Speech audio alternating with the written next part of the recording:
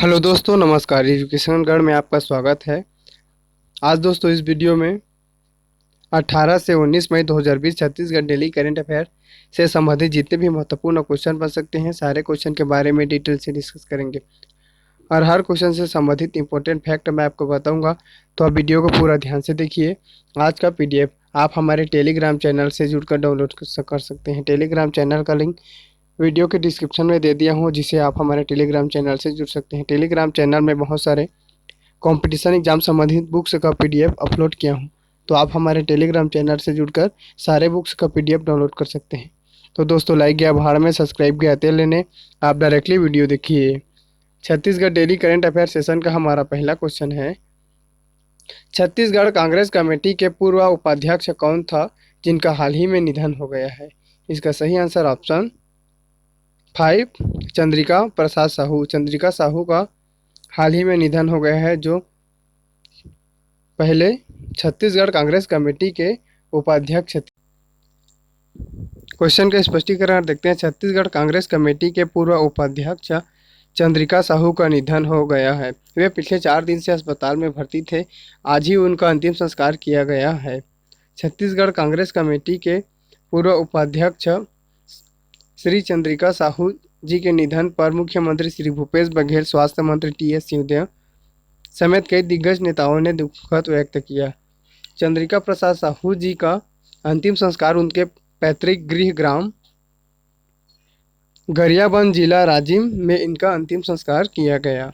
अब दोस्तों, यह क्वेश्चन निधन वाले क्वेश्चन से संबंधित है। हाल ही में छत्तीसगढ़ के जितने भी महत्वपूर्ण व्यक्तियों का निधन हो गए हैं, उनको मैं आपको बता रहा हूँ, तो आप इसको रिविजन कीजिए अच्छे से। छत्तीसगढ़ के पूर्व मुख्य न्यायाधीश अजय कुमार त्रिपाठी का हाल ही में निधन हो गया है। श्री अजय कुमार त्रिपाठी छत्तीसगढ़ बिलासपुर उच्च न्यायालय के 12वें मुख्य न्यायाधीश थे। साथ ही छत्तीसगढ़ के प्रथम मुख्यमंत्री अदित जोगी के मंत्रिमंडल में पूर्व वन मंत्री रह चुके डीपी घृतलहरे का निधन हो गया। दोस्तों, डीपी घृतलहरे छत्तीसगढ़ के पूर्व वन मंत्री थे, जो अजित जोगी के मंत्रिमंडल में मंत्री थे। साथ ही छत्तीसगढ़ में फ्लोरेंस नाइटिंगेल के नाम से प्रसिद्ध पुष्पा तिग्गा का भी निधन हो गया है। पुष्पा तिग्गा सुकमा जिले के निवासी हैं। साथ ही दोस्तों, छत्तीसगढ़ सिनेमा के भीष्म पितामह के नाम से प्रसिद्ध भैयालाल हेड़ाऊ का भी निधन हो गया है। भैयालाल हेड़ाऊ रामचंद्र देशमुख के साथ 1971 में चैंदेनी गोंदा और कारी में अभिनेता निभाए थे। साथ ही दोस्तों, यहाँ पर छत्तीसगढ़ के प्रसिद्ध एक्टिविस्ट अभय खाखा का भी निधन हो गया है। अभय खाखा छत्तीसगढ़ में फोर्ड फेलोशिप पर पढ़ाई करने वाले आदिवासी समुदाय का पहला व्यक्ति है, जिन्होंने फोर्ड फेलोशिप पर विदेश में पढ़ाई किया था। यह जो अभय खाखा है, वो जसपुर जिले के निवासी। साथ ही दोस्तों, यहाँ पर हाल ही में छत्तीसगढ़ के वरिष्ठ पत्रकार बंसीलाल शर्मा का भी निधन हो गया। बंसीलाल शर्मा किस जिले के निवासी हैं? तो वह कांकेर जिले के निवासी हैं। साथ ही दोस्तों, कुछ साल पहले जैसे 1 साल पहले जैसे 2019 में केयूर भूषण का भी निधन हो गया। केयूर भूषण छत्तीसगढ़ के साहित्यकार थे। साथ ही दोस्तों, डॉक्टर रामचंद्र सिंहदेव छत्तीसगढ़ के प्रथम वित्त मंत्री डॉक्टर रामचंद्र सिंहदेव का भी निधन पिछले साल हो गया। यह कोरिया जी राजघराना से संबंधित। साथ ही दोस्तों, अभी जैसे पिछले साल हेमचंद यादव का भी निधन हो गया है। हेमचंद यादव छत्तीसगढ़ के पूर्व कैबिनेट मंत्री है। साथ ही दोस्तों, पिछले साल कुंवर बाई का भी निधन हो गया है। कुंवर बाई छत्तीसगढ़ स्वच्छ भारत मिशन में छत्तीसगढ़ का ब्रांड एम्बेसडर है। श्रीमती सूरजबाई खांडे का भी पिछले साल निधन हो गया है। सूरजबाई खांडे भररथी गायिका है। साथ ही दोस्तों, दिनेश नंदन सहाय का भी पिछले साल निधन हो गया है। दिनेश नंदन सहाय छत्तीसगढ़ के प्रथम राज्यपाल थे। साथ ही दोस्तों, राजेश पटेल का भी निधन हो गया है। राजेश पटेल छत्तीसगढ़ में अंतर्राष्ट्रीय बास्केटबॉल खिलाड़ी एवं कोच थे। राजेश पटेल को छत्तीसगढ़ के बास्केटबॉल का द्रोणाचार्य भी कहा जाता है। अब दोस्तों, जो डीपी खरे का भी निधन हो गया है पिछले साल, जो छत्तीसगढ़ के पूर्व वन मंत्री थे। यहाँ पर दोस्तों अब जो चंद्रिका साहू जी का निधन हो गया है, ठीक है, यह गरियाबंद जिले के निवासी थे। तो आप छत्तीसगढ़ के मैप में देखिए गरियाबंद जिले, गरियाबंद रायपुर संभाग का एक जिला है। तो आप सबसे पहले रायपुर संभाग के बारे में जानिए। रायपुर संभाग का गठन सन 1862 में किया गया था। 2 नवंबर 1862 में रायपुर संभाग का गठन किया गया था। रायपुर संभाग में कौन कौन से जिले हैं? तो रायपुर संभाग में यहाँ पर बलौदाबाजार, रायपुर, महासमुंद, धमतरी और गरियाबंद आदि है। यहाँ पर देखिए आगे, इसमें तहसील की संख्या है जैसे दोस्तों, यहाँ पर टोटल जो रायपुर संभाग में 24 तहसील, 3 नगर निगम है दोस्तों। यहाँ पर नगर पालिका परिषद की संख्या यहाँ पर 9 है। साथ ही यहाँ पर नगर पंचायत की संख्या 22 है। यहाँ पर राष्ट्रीय उद्यान संख्या नहीं है दोस्तों, यहाँ पर अभ्यारण्य 3 है। जैसे यहाँ पर धमतरी जिले में सीता नदी अभ्यारण्य, गरियाबंद जिले में उदयंती अभ्यारण्य है दोस्तों। साथ ही यहाँ पर महासमुंद जिले में बार नावापरण अभ्यारण्य है, जो महासमुंद और बलौदाबाजार दोनों के एरिया को कवर करता है। यहाँ पर दोस्तों आगे मुख्य मिट्टी, जैसे रायपुर संभाग में कौन सी मिट्टी पाई जाती है? तो यहाँ पर लाल पीली मिट्टी, लाल पीली मिट्टी का स्थानीय नाम मटासी मिट्टी कहा जाता है। यहाँ पर मुख्य क्रम की चट्टान, जैसे यहाँ पर करप्पा क्रम की चट्टान है, जो मुख्यतः रूप से रायपुर संभाग में पाया जाता है।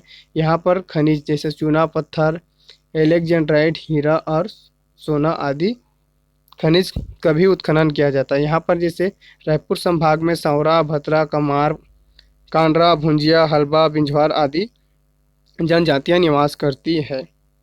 अब दोस्तों जो चंद्रिका साहू छत्तीसगढ़ के गरियाबंद जिले के राजिम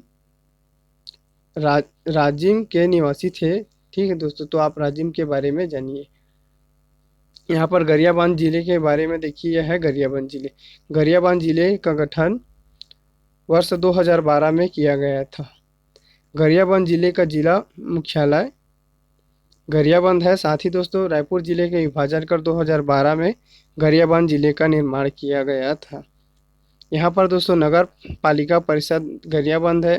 नगर पंचायत यहाँ पर राजिम, फिंगेश्वर, छुरा आदि है। साथ ही यहाँ पर गरियाबंद जिले में मुख्य पर्वत, जैसे यहाँ पर नरियार पहाड़ी, साथ ही दोस्तों भ्रांतिगढ़ की पहाड़ी, यहाँ पर महानदी, पैरी नदी, सोधुर नदी, उदयंती नदी आदि नदी इस जिले में बहती है। साथ ही यहाँ पर जलप्रपात, जैसे गोदना जलप्रपात गरियाबंद जिले में है। यहाँ पर परियोजना जैसे सीकासार, सोंढूर परियोजना गरियाबंद जिले में है। साथ ही यहाँ पर प्रमुख मिट्टी जैसे लाल पीली मिट्टी पाई जाती है, जिसका स्थानीय नाम मटासी मिट्टी है। यहाँ पर करप्पा क्रम की चट्टान पाया जाता है। गरियाबंद जिले में खनिज क्षेत्र जैसे मैनपुर से हीरा प्राप्त होता है। यहाँ पर देखिए जैसे देवभोग से एलेक्जेंड्राइट, और औद्योगिक क्षेत्र यहाँ पर बेल टुकरी औद्योगिक क्षेत्र किस जिले में है? तो वह गरियाबंद जिले में है। यहाँ पर जैसे कमार, कंडरा, भुंजिया आदि जनजाति निवास करती है। कमार विशेष पिछड़ी जनजाति है, जिसे केंद्र सरकार द्वारा विशेष पिछड़ी जनजाति घोषित किया गया है, जिसका विकास अभिकरण गरियाबंद जिले में है। साथ ही दोस्तों ये भुंजिया जनजाति गरियाबंद जिले में पाया जाता है। गरियाबंद जिले में पाए जाने वाले भुंजिया जनजाति से राज्य सरकार द्वारा विशेष पिछड़ी जनजाति की सूची में शामिल किया है दोस्तों। भुंजिया जनजाति का विकास अभिकरण गरियाबंद जिले में है।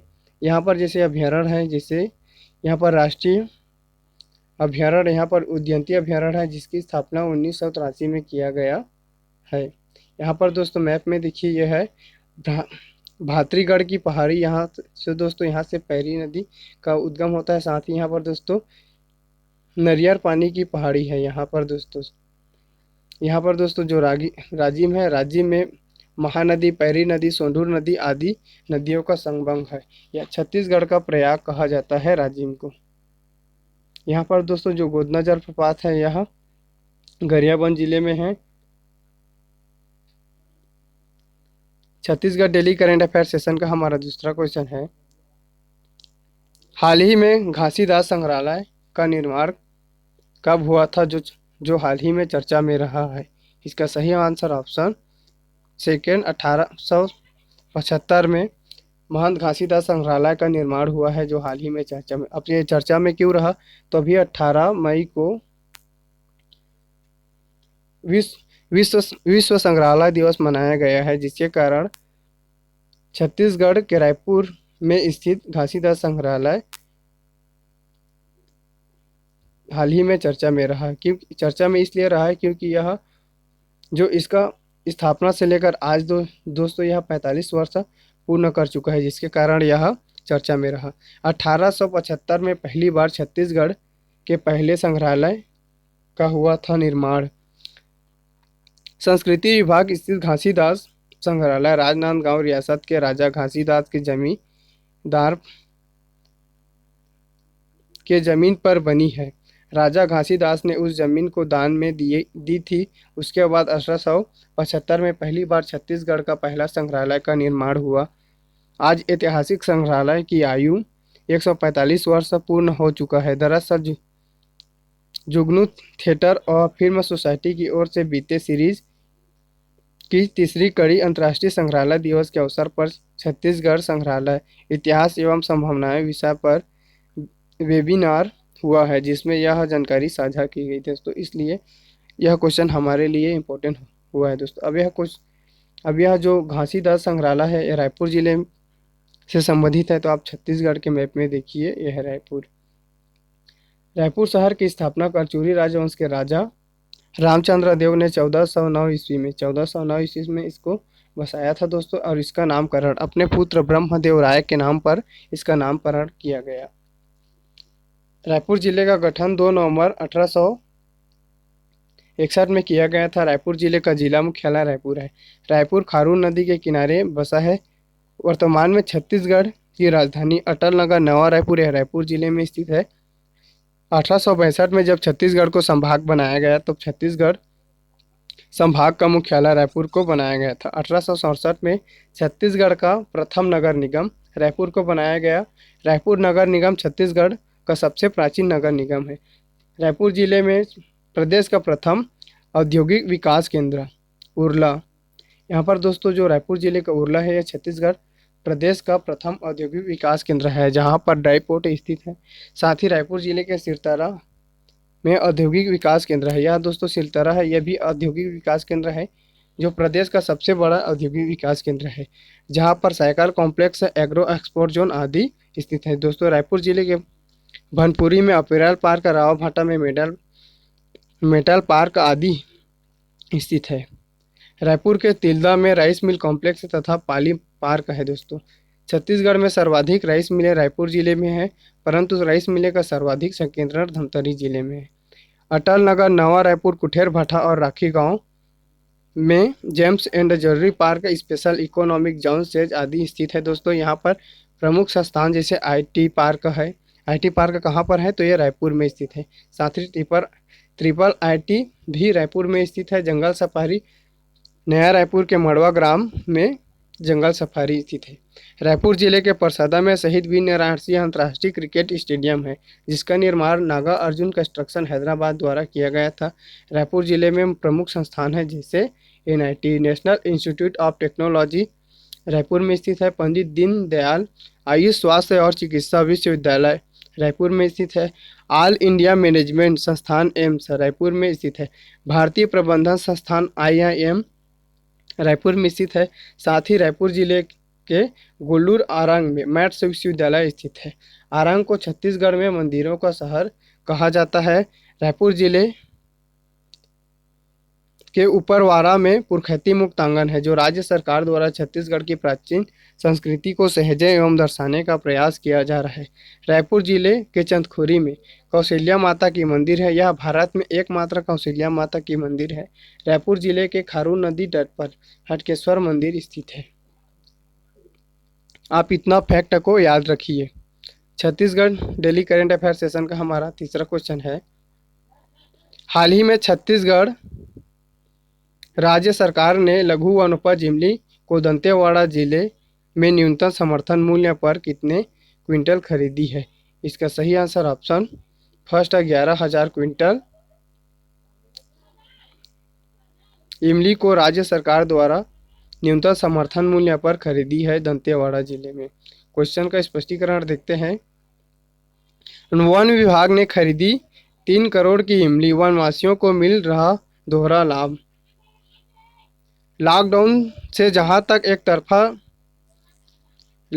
जहां एक तरफ लोग अपने घरों तक सीमित रह गए हैं, वहीं वन विभाग ने इसका सकारात्मक उपयोग करते हुए इस बार लघु वनोपज इमली की रिकॉर्ड तोड़ खरीदी है। दंतेवाड़ा जिले में समर्थन मूल्य पर 3.44 करोड़ रुपए की कुल 11,000 क्विंटल इमली ग्रामीणों से खरीदी गई है। पहली बार जिले में इतने बड़े पैमाने पर इमली की विभागीय खरीदी हो चुकी है। वन विभाग ने स्व सहायता समूहों के जरिए इमली खरीदी की कार्यवाही की ताकि ग्रामीणों तथा स्व सहायता समूहों की महिलाओं को भी रोटी रोजी कमाने का मौका। अब दोस्तों यह क्वेश्चन जैसे दंतेवाड़ा जिले से संबंधित है, तो आप छत्तीसगढ़ के मैप में देखिए दंतेवाड़ा, यह है दंतेवाड़ा जिला। दंतेवाड़ा जिला का गठन 1998 में किया गया था। बस्तर जिले के विभाजन कर दंतेवाड़ा जिले का निर्माण किया गया था। दंतेवाड़ा जिला का जिला मुख्यालय दंतेवाड़ा है। दंतेवाड़ा जिला में नगर पालिका परिषद जैसे दंतेवाड़ा, किरंदुल, बड़े बेचैली आदि नगर पालिका परिषद है। साथ ही यहाँ पर नगर पंचायत जैसे गिदम, बारसूर यहाँ पर नगर पंचायत है। दंतेवाड़ा जिला में प्रमुख पर्वत जैसे यहाँ पर बैलाडीला की पहाड़ी दंतेवाड़ा जिले में स्थित है। ये देखिए दोस्तों, यह है बैलाडीला की पहाड़ी। यहाँ पर देखिए, यहाँ पर प्रमुख नदियाँ जैसे डंकनी, शंखनी नदी, इंद्रावती नदी आदि दंतेवाड़ा जिले में बहते हैं।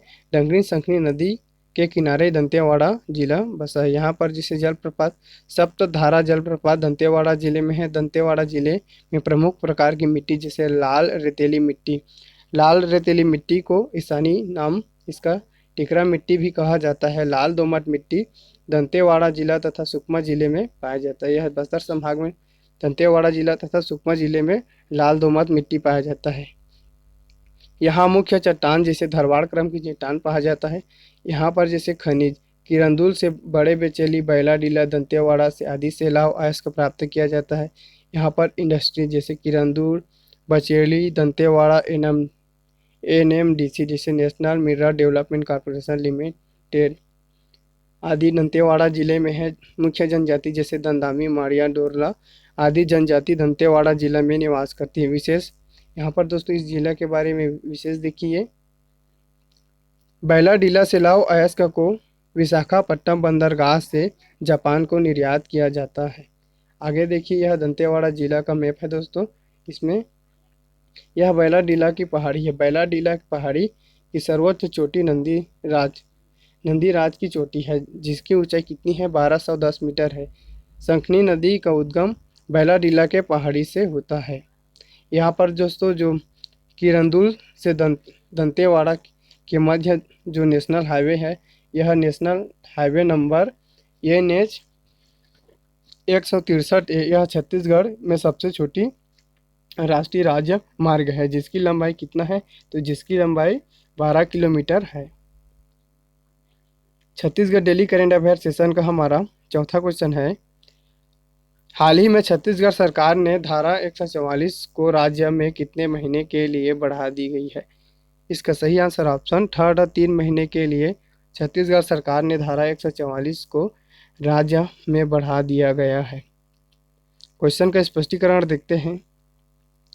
छत्तीसगढ़ में 3 महीने के लिए बढ़ाई गई धारा 144 सरकार ने जारी किए आदेश। कोरोना वायरस से बचाव के लिए छत्तीसगढ़ में धारा 144 आगामी 3 महीने के लिए बढ़ा दी गई है। इस संबंध में छत्तीसगढ़ सरकार ने आदेश जारी कर दिए हैं। नियमों का पालन हो सके, इसके लिए सभी जिलों से संबंधित अधिकारियों को भी निर्देश जारी कर दिए गए हैं। छत्तीसगढ़ सरकार की तरफ से यह फैसला इसलिए लिया गया है क्योंकि राज्य में कई जगहों पर अभी भी कोरोना वायरस संक्रमण की स्थिति बनी हुई है। आदेश के मुताबिक नियम के उल्लंघन करने वालों के खिलाफ दंड प्रक्रिया संहिता और धारा 144(4) के तहत कार्रवाई की जाएगी। Chhattisgarh daily current affair session का हमारा 5वां क्वेश्चन है, हाल ही में प्रदेश में असाक्षर को साक्षर बनाने के लिए राज्य सरकार द्वारा कौन सा अभियान चलाया जाएगा। इसका सही आंसर ऑप्शन सेकेंड, पढ़ना लिखना अभियान। प्रदेश में असाक्षर को साक्षर बनाने के लिए अभियान चलाया जाएगा। क्वेश्चन का स्पष्टीकरण देखते हैं। असाक्षर को साक्षर बनाने संचालित होगा पढ़ना लिखना अभियान। छत्तीसगढ़ राज्य में असाक्षरों को साक्षर बनाने के लिए पढ़ना लिखना अभियान संचालित किया जाएगा। इस अभियान के अंतर्गत असाक्षरों को पढ़ाया जाएगा। भारत सरकार द्वारा प्रदेश के असाक्षर को साक्षर करने के लिए पढ़ना लिखना अभियान की स्वीकृति प्रदान की गई है। केंद्र सरकार द्वारा निर्धारित आकांक्षी जिलों में इस अभियान को प्राथमिकता दी जाएगी। इस आशय का पत्र मानव संसाधन विकास मंत्रालय के अंतर्गत स्कूल शिक्षा विभाग एवं साक्षरता विभाग नई दिल्ली द्वारा छत्तीसगढ़ के प्रमुख सचिव स्कूल शिक्षा विभाग को भेजा गया है। Chhattisgarh daily current affair session का यह वीडियो आपको कैसा लगा कमेंट बॉक्स में कमेंट करके ज़रूर बताइए। धन्यवाद।